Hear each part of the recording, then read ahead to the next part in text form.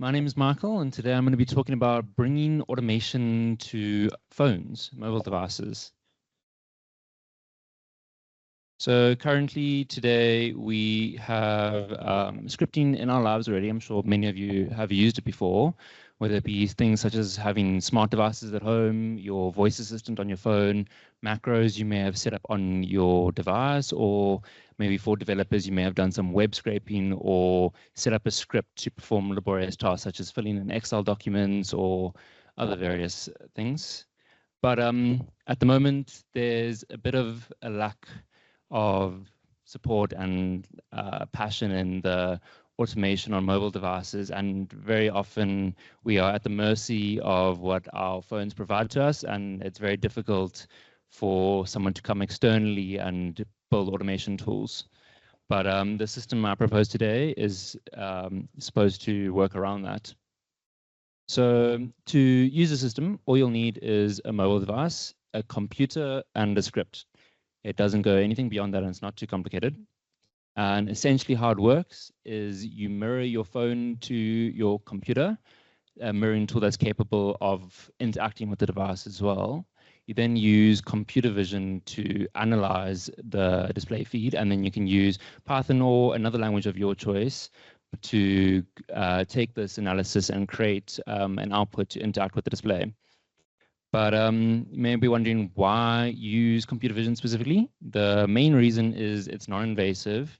You use the top layer to extract data, so you don't have to look at memory on the device or use a debugging tool. You just use the visual feedback that is given to you on the phone.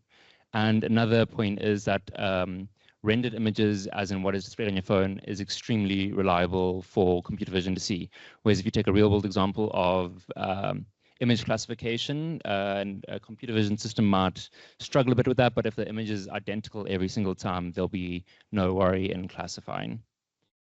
So I've come up with a few use cases of the system. The first one being you can avoid APIs and configuration, meaning that you can take data from the phone screen and you don't have to use external APIs. You use your own device, which is also what avoids configuration. Another use case is monitoring and automation. So you can monitor your phone screen, look for notification pop-ups. You can then create automation tools that act on those notifications or events that happen on your device. You can also do this to, sorry, let me go to the next point.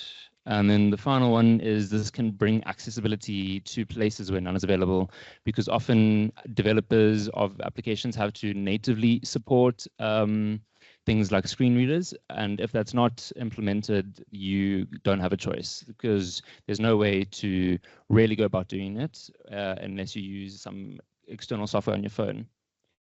But another use case would be perhaps you are colorblind and you can't analyze the colors on your screen. You could use this tool to decipher the colors that you can't determine.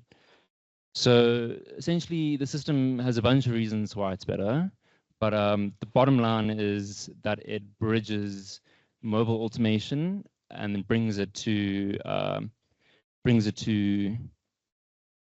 mobile devices.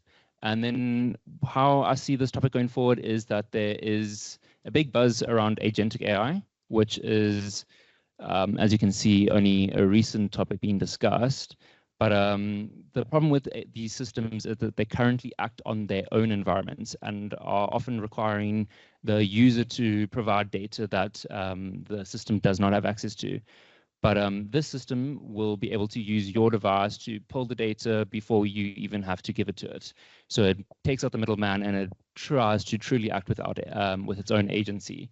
So an example of the system could perhaps implement is perhaps you want to forward your phone calls to an AI system, or you can set up to track your location or order Ubers or groceries to based on your location history or messages that you're sending or Teams notifications, emails, anything that you can see on your phone, this system will be able to do. But enough talk. I have a demo that I want to show if anyone wants to scan the QR code just to pull up on their phone. It's a bit slow on the presentation, so but I will bring it up here as well. And then Does anyone have any questions just while this is playing in the background? Get to work.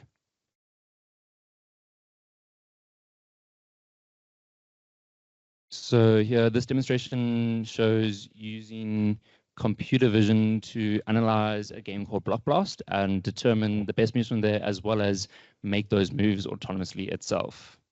So you can see the Python script running on the right there, and then the phone mirroring on the left there. But yeah, while that's going, does anyone have any questions for me?